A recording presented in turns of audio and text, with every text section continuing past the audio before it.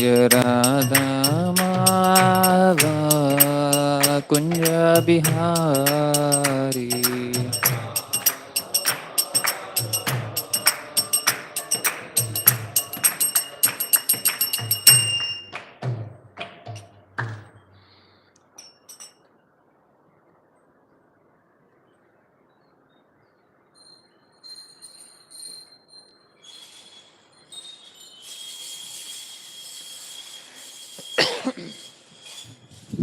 Om Namo Bhagavate Vasudevaya.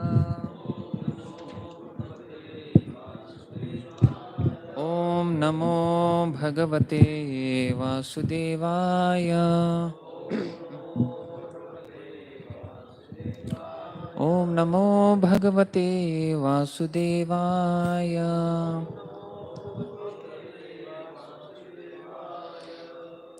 Hare Krishna. So today we are reading from the first canto, 10th chapter, verse number 13. Sarve te nimisher akshes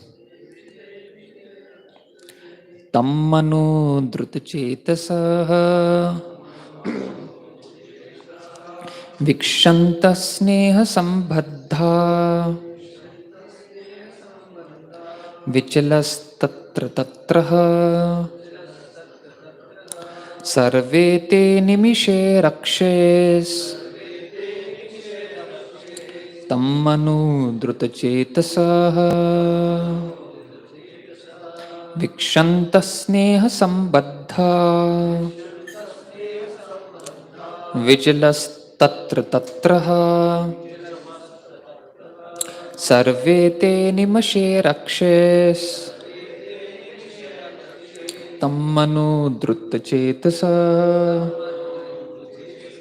vikshanta sneha sambhaddha vichalas tatra. One Prabhuji and one Mataji.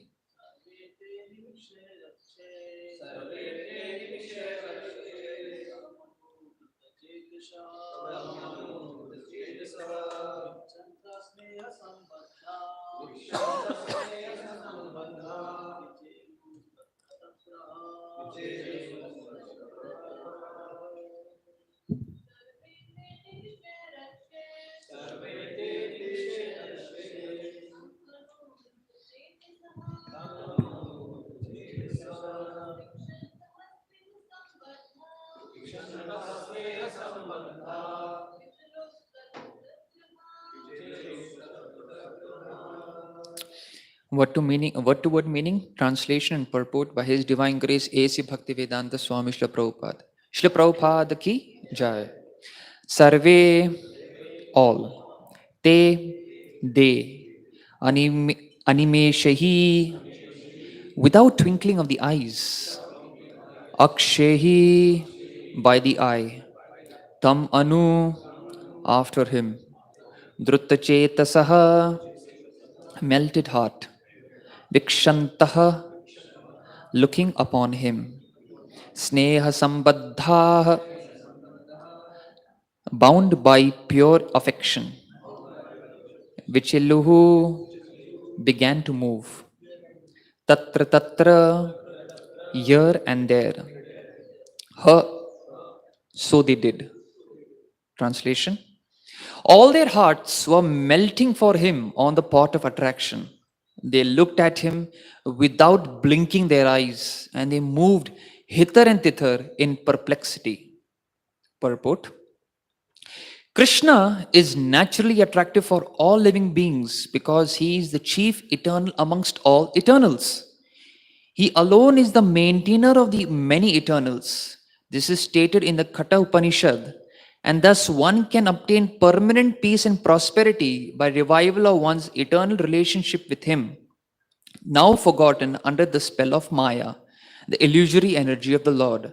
Once this relation is slightly revived, the conditioned soul at once becomes freed from the illusion of material energy and becomes mad after the association of the Lord. This association is made possible not only by personal contact with the Lord, but also by association with his name, fame, form, and quality. Srimad Bhagavatam trains the conditioned soul to this stage of perfection by submissive hearing from the pure devotee.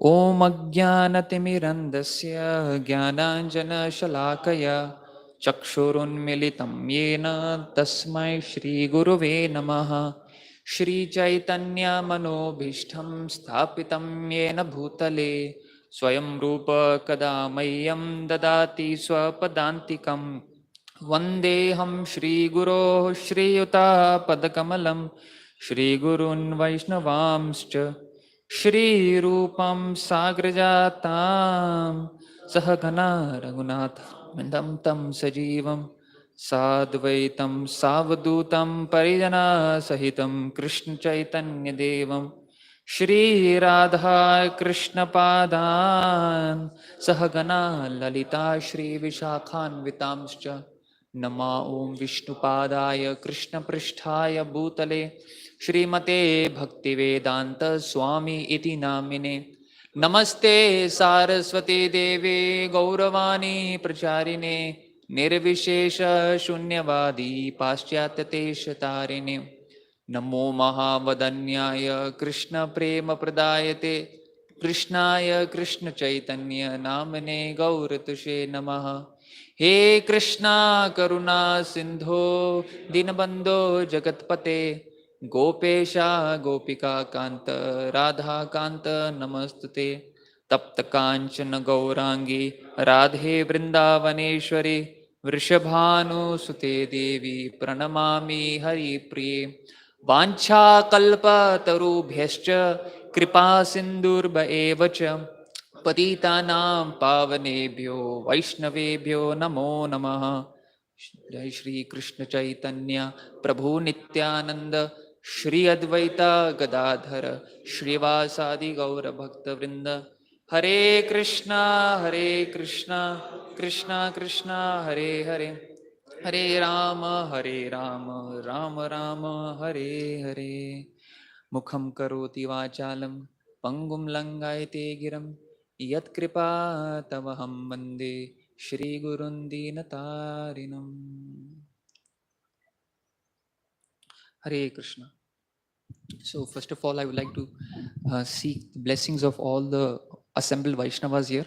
As such, I don't have any qualifications to come here and speak anything on this exalted subject matter of Srimad Bhagavatam.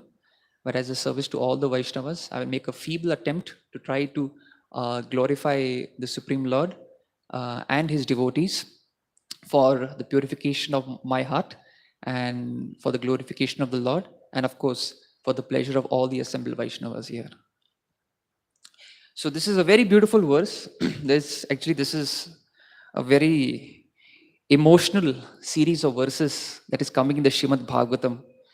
And especially in this verse, today we are seeing how the hearts of the Pandavas are melting for Krishna on the pot of attraction. And to this, Srila Prabhupada is expressing that Krishna is naturally attractive for all living beings. So today we'll try to discuss upon this attractive aspect of Krishna from the purport, and we will try to discuss something for the pleasure of all the devotees here. So there are many points here. Krishna is naturally attractive for all living beings because he is the chief eternal amongst all eternals.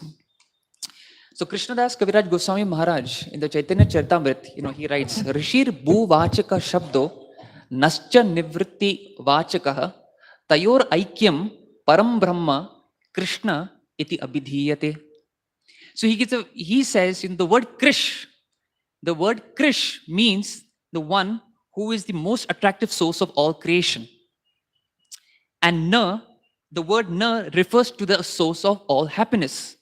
So Krishna, Krishna means Krishna. That these are two. It's not that these are two different qualities in two different personalities, but these are two qualities in one person. Tayor Aikyam Param Brahma Krishna iti abhidhiyate. So that is the definition of Krishna. That Krishna who is the source of all sweetness, and at the same time he is the source of all greatness. So this is this is what this is a verse which is originally referred by Krishnadas Kaviraj Goswami Maharaj from Jeev Goswami, who in turn refers it from the Mahabharata. So this is how the word itself indicates that Krishna, the word Krishna means all attractive. In the Bhakti Rasamrit Sindhu, Srila Rupa Goswami mentions about different qualities. Brahma has how many qualities? 50 qualities. And after Lord Brahma comes Lord Shiva. Lord Shiva has an extra 55 qualities. And then after that we have Lord Vishnu with how many qualities? 60 qualities. And finally we have Krishna with 64 qualities. Now what are those extra 4 qualities that Krishna has which makes Krishna very very attractive? So the 4 extra qualities is Rupa Madhurya, the sweetness of his form. Leela Prema Madhurya, the sweetness of his associates. Leela Madhurya, the sweetness of his beautiful pastimes. And finally you have Venu Madhurya, the sweetness of his flute. Very very so these, especially if you read the English translation of Srila Prabhupada's Bhakti Rasamrit Sindhu, Nectar of Devotion. So there Prabhupada mentions the sweetness of his pastimes, especially Krishna's childhood pastimes. But in contrary, when Srila Rupa Goswami has to come to this section of describing the sweetness of Krishna's pastimes, he specifically mentions the Ras Leela. So, so these are 4 attributes that Rupa Goswami gives to Krishna, and he calls it as the speciality of Krishna in Vrindavan. Above all the Vishnu Murtis, Narsimha, Matsya, Kurma, Vamana, Varaha. It's not that they do not know about it. It's only that they do not possess these extra qualities that Krishna has. So therefore, Krishna has unparalleled beauty. Shri Rupa Goswami, in reference to Krishna's beauty, he says, he says Krishna's beauty is asama urdhva rupa shri vismapita characharam. Now, what does it mean? So he's saying asama urdhva rupa shri. Krishna's beauty is unequaled. It is unparalleled, and in this creation, there's nothing better than Krishna's beauty, than Krishna's form. Vismapita characharam. Krishna's beauty is so amazing that the moving become non-moving and the non-moving become moving. When the non-moving, the moving objects, when they look at Krishna, their jaws drop, their eyes become dilated, and they become like painted pictures. And whereas the non-moving objects, like the stones, when they come in contact with Krishna's lotus feet, they start floating and moving. That is how attractive, Krishna is. That is Krishna's beauty. Krishna's flute, it is described about Krishna's flute, Tri Jagana Manasa Akarshi.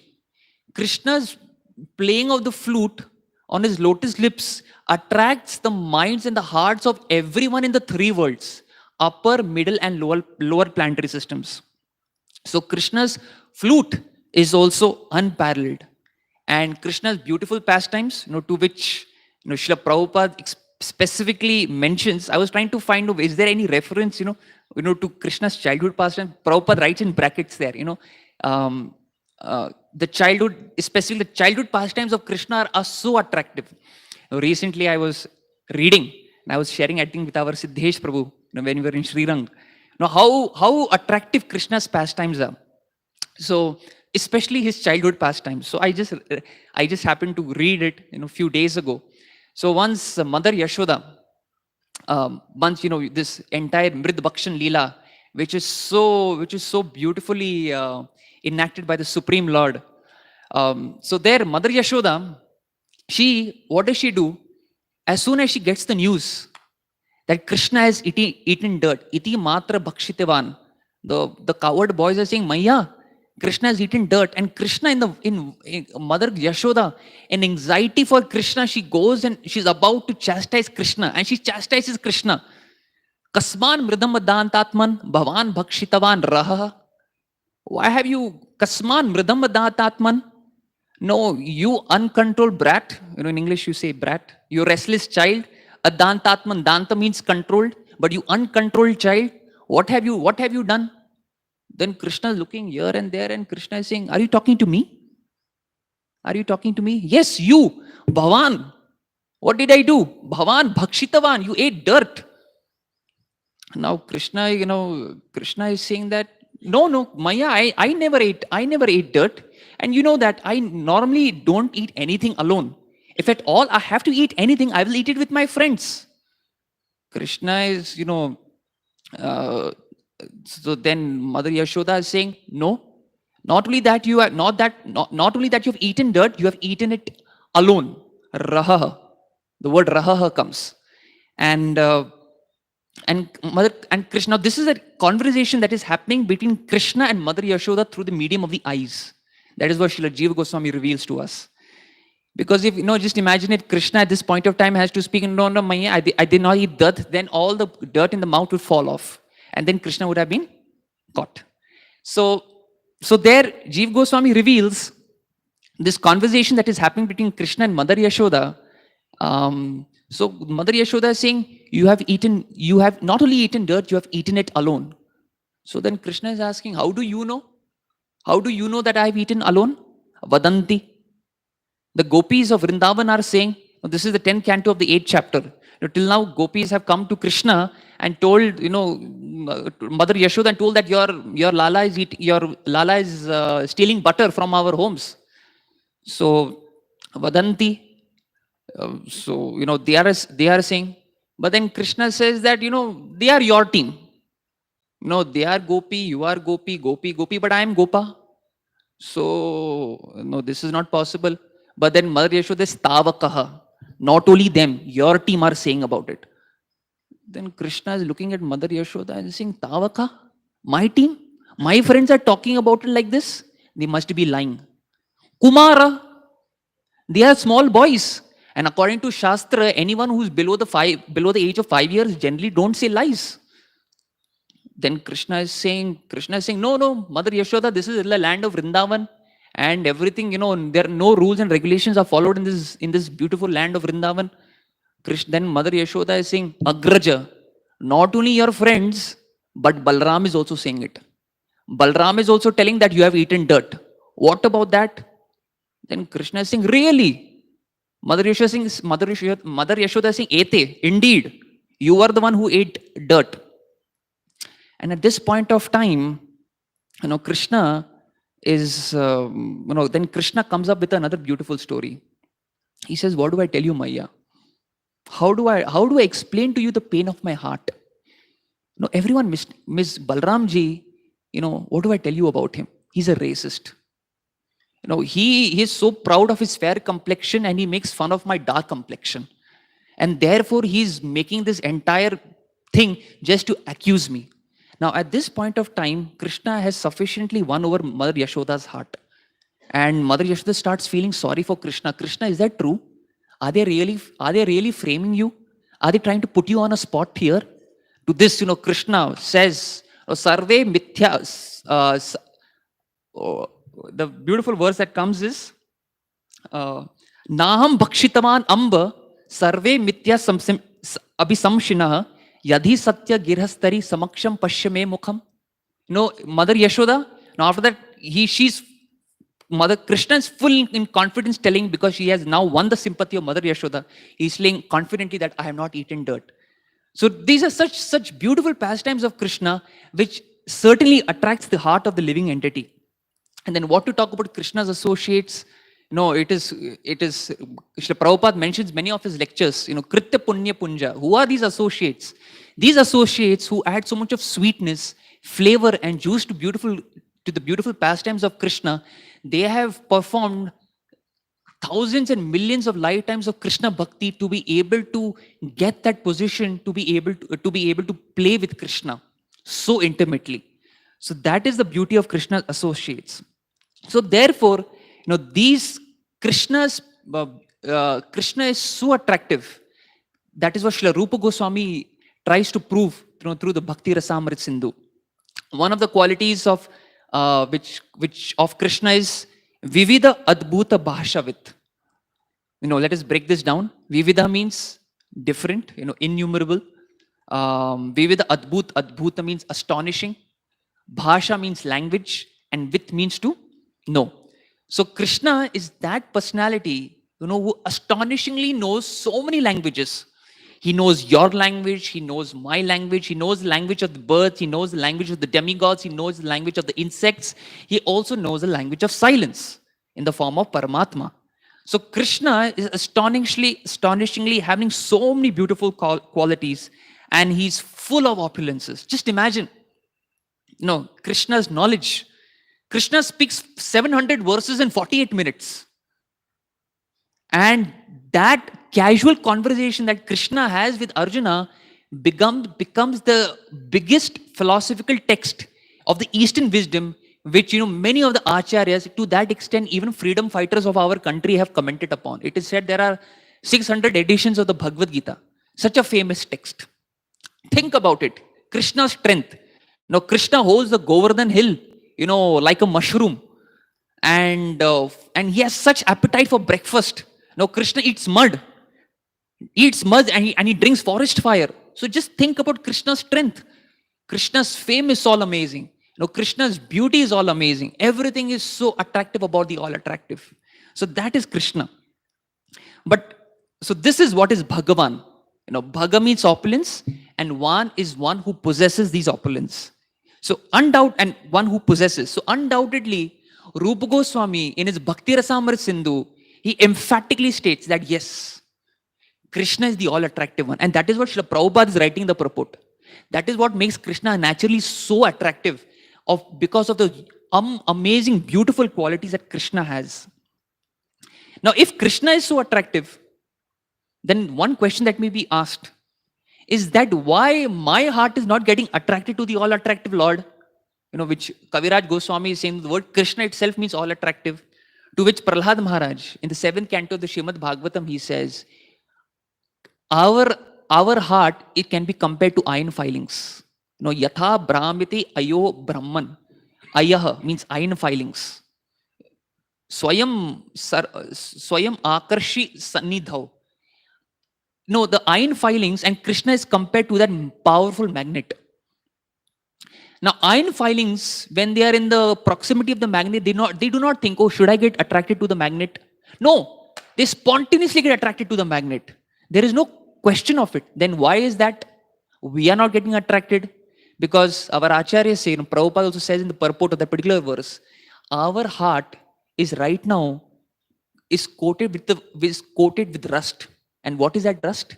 The rust of lust, anger, greed, pride, envy, illusion, which actually blocks our vision of the Supreme Lord, and to be able to perceive Krishna as the all attractive. And therefore we try to find those opulences of Krishna and that attractive nature of Krishna in the mundane objects of this world. That is our problem right now. So this is what Srila Prabhupada so beautifully diagnoses this. So this is the thing. We are actually right now searching for the right thing, but unfortunately in the wrong place. Now what is so Rupa Goswami in the Bhakti Rasamrit Sindhu, once again, that's where we are all referencing this from. So he speaks about 6 qualities of devotion. And one of the qualities of devotion is Shri Krishna Akarshani. Krishna means the all attractive. And what is Akarshani? Akarshani refers to that the bhakti, that the feminine potency of the Supreme Lord that attracts the all attractive. That is Shri Krishna Akarshani. So what is that attracts Krishna? So in the first part of our discussion, we discussed how Krishna is all attractive. Now in the second part of our discussion, we'll be discussing what attracts the all attractive. And as they say in English, why not hear it from the horse's mouth? So why not hear it, from the Supreme Lord Krishna, who himself quotes it again or tells again and again through the medium of the Bhagavad Gita. Krishna in the Bhagavad Gita, there are so many verses, especially the chapters 7 to 12 in the Bhagavad Gita, is a section which is the Bhakti Yoga section. And especially in that also, the 9th chapter consists of so many verses which Krishna is directly telling his heart. Some of the verses, let us put some verses, on the table. Satatam kirta yanto mam, yatantascha didavrita, namasyantascha mam bhaktya, nitya yukta upasate. What is Krishna saying? Krishna is saying, Satatam kirta yanto mam, always chant my glories. Always worship me. With devotion. Another verse which comes to my mind is Manmana Bhava Mad Bhakto Madhyaji Mam Namaskuru Mam Evashasi Yuktva Atmanha Mat Parayana. Manmana, give your mind to me. But Krishna, unfortunately, my mind has so many other things. Then Krishna is saying, okay, Mad Bhakta, become my devotee. But Krishna, in order to become your Bhakta, I have to perform Bhakti. And the very word and the very definition of Bhakti that is incorporated, once again, as per Bhakti Rasamrit Sindhu, means Anyabilashita Shunya. That means I have to have any other desire other than the desire to serve you, Krishna. Krishna, at this point of time, it is very, very difficult. Then Krishna says, okay, you can't do that, Madhyaji. Krishna, what do I tell you? Now that lockdown has opened, office has opened, it takes me 1 hour to travel to office and 1 hour to come down. So in such a situation, I don't have time for worshipping also you, Krishna. Madhyaji, not possible. Then Krishna is saying, you cannot do this, at least do Mam Namaskuru. At least you just pay your obeisances to me. And if you're doing that with the sincerity of purpose and intent, then I am yours. This is what is Krishna. Another beautiful quality. Krishna is so accommodative. So accommodative. We also see in the 12th chapter of the Bhagavad Gita where Krishna, he's ready. You cannot do this, okay, do this. You can't do this, you do this. So this is what is the ever accommodative nature of Krishna. But it is this process of bhakti which actually, attracts the all-attractive Lord. Now that is Bhagavad Gita. Let us go to the Srimad Bhagavatam. The Srimad Bhagavatam itself starts with Dharma Projita Kaitavatra Paramo Nirmat Saranam Satam. It starts with, the Bhagavatam starts with kicking out all the cheating religions of Dharma, Artha, Kama and Moksha. And then what to talk about Chaitanya Charitamrit. In Chaitanya Charitamrit, there's so much of glorification of the limbs of bhakti. Sadhu, Sangha, Nama, Kirtan, Bhagavata, Shravan, Mathura, Vasa, Shri Murtiya, Shraddhaya, Sevan, Prabhu Kaye, Vaishnava Seva, Nama, Sankirtan, Dui Kare, Shigra Pave, Shri Krishna Charan. So many verses. Mahaprabhu has, is instructing us through the Chaitanya Charitamrit. So that is what the Supreme Lord Krishna and Chaitanya Mahaprabhu himself focused on devotion.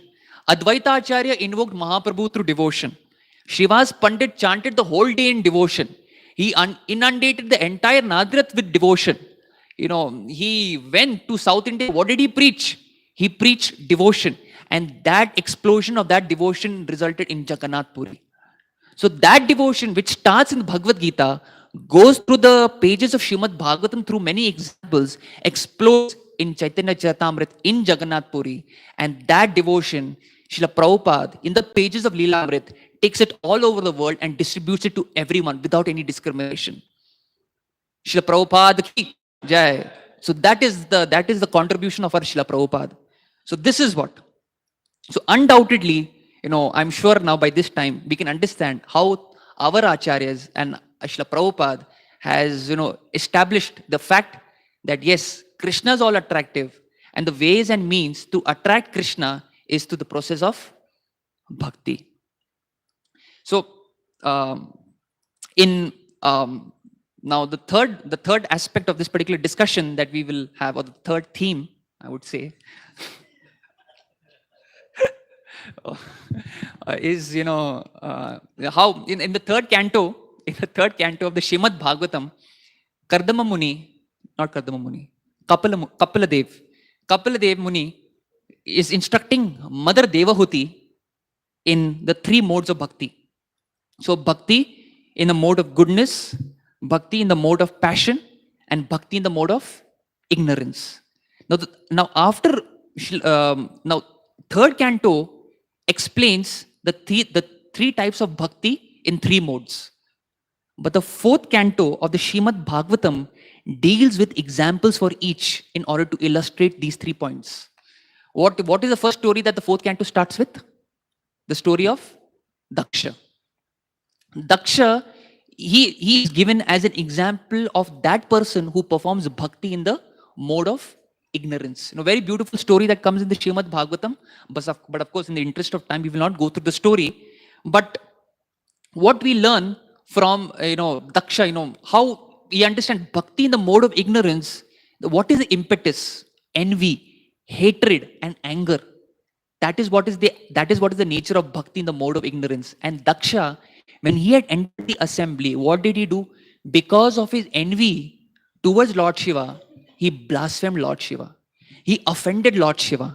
And as a result of offending, not to such an extent, he calls Brahmaji as Parameshthi. Parameshthi means creator. Whenever you have a worshipable superior in front of you, you normally address them by a name which is very respectable. But he says, I blame that creator, Lord Brahma, who is responsible for making this match between Mother Sati and Lord Shiva. To such an extent, his envy goes. So that is the example of Daksha, who is performing bhakti in the mode of ignorance. And therefore, as a result of his offense to Lord Shiva, what happens at the end of the entire episode? He gets a goat head. So keep this in mind. Daksha, because he does not agree to submit to the will of his superiors, which Srila Prabhupada writes in the purport, Srimad Bhagavatam trains the conditioned soul to this stage of perfection by submissive hearing from the pure devotee. And the nature of envy and hatred is such that it does not allow you to hear the good counsel of your superiors. And as a result, Daksha's head was replaced by a goat head. Second is bhakti in the mode of passion. And what is the next story that comes in the Srimad Bhagavatam? Is the story of Dhruva Maharaj. After Dhruva Maharaj, this is bhakti in the mode of passion. And what is bhakti in the mode of passion? Passion, that is the impetus is to the desire for something for oneself. Of course, the impetus is not to pull down someone like the way Daksha did, but the impetus is to want something which is desperately. That is bhakti in the mode of passion. But as soon as we know the story, when Dhruva Maharaj, he sees the beautiful darshan of Lord Vishnu, Krishna, who's all attractive, he says, Kachan Vichinvan Api Divya Ratnam Swamin Kritartha Asmi Varam Nayache. My dear Lord, what was I asking for? I was asking for broken pieces of glass, but when I got your darshan, it is like a diamond.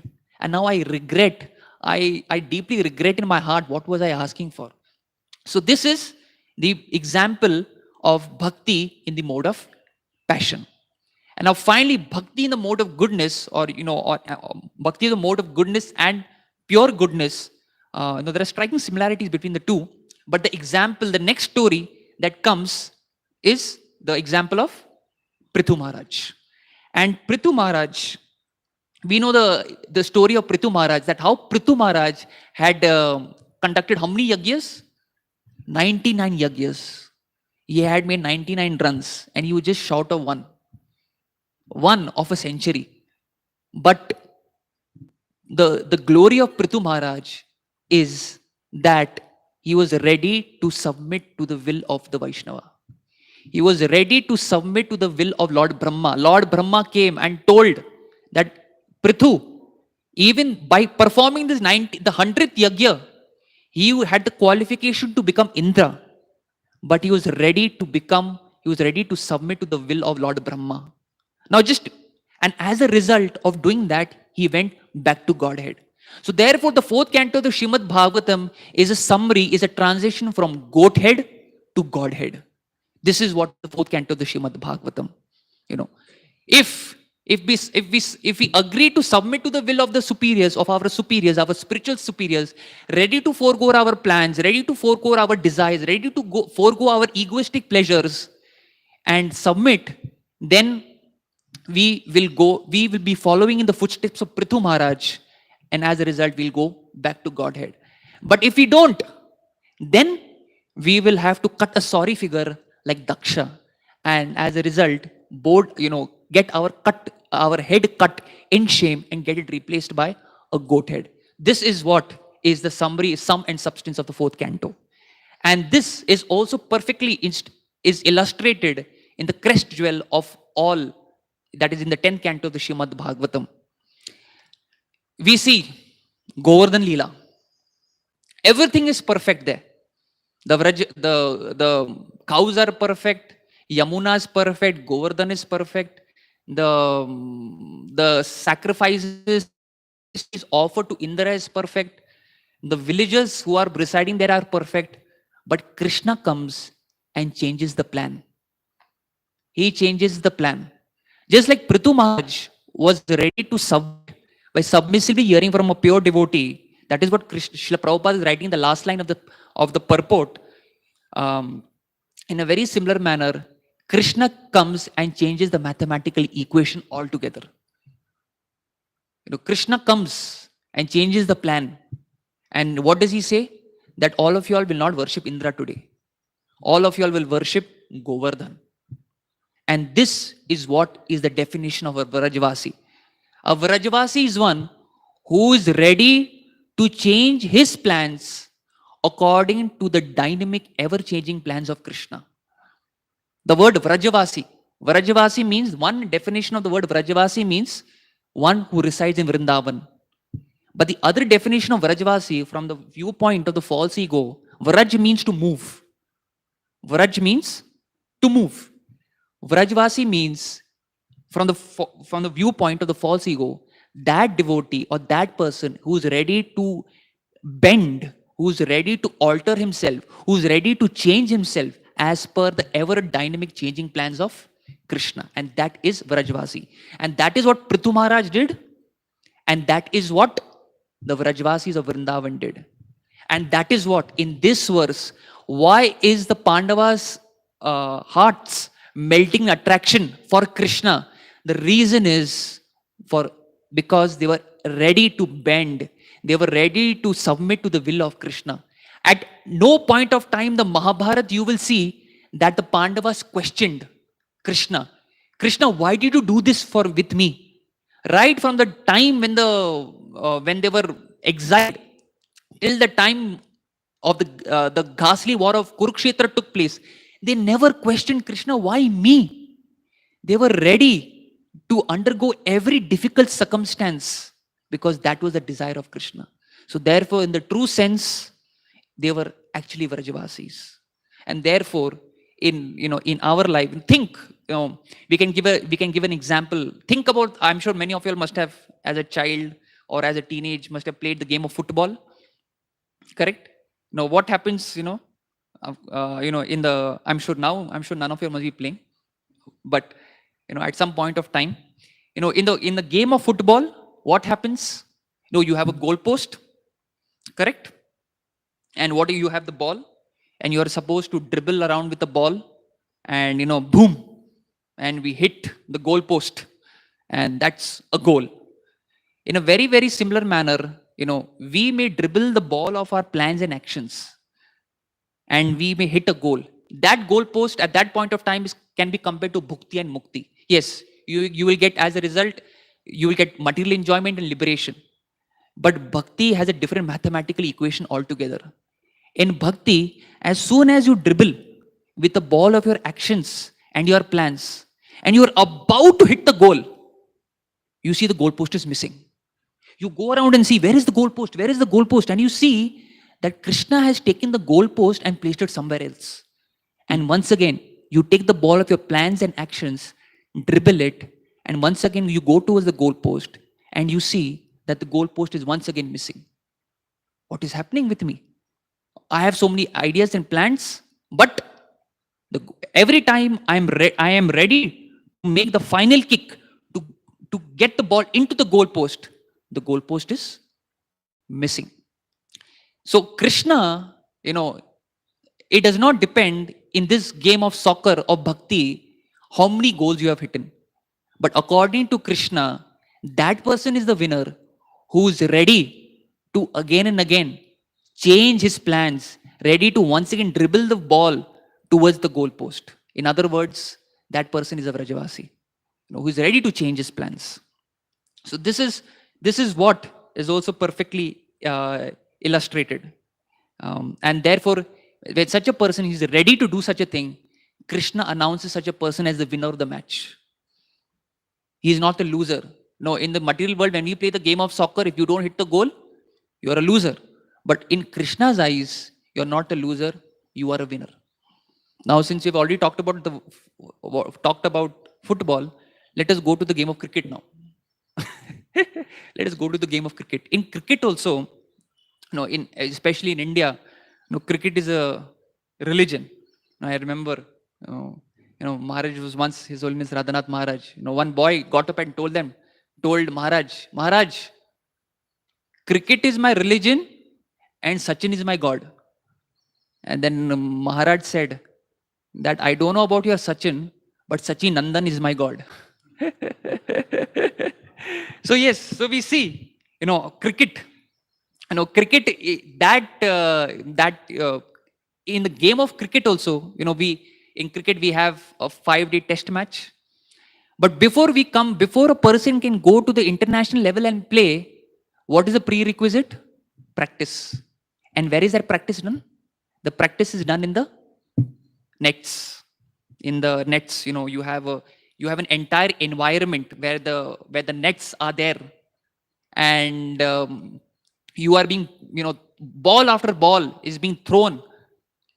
Ball after ball is being thrown.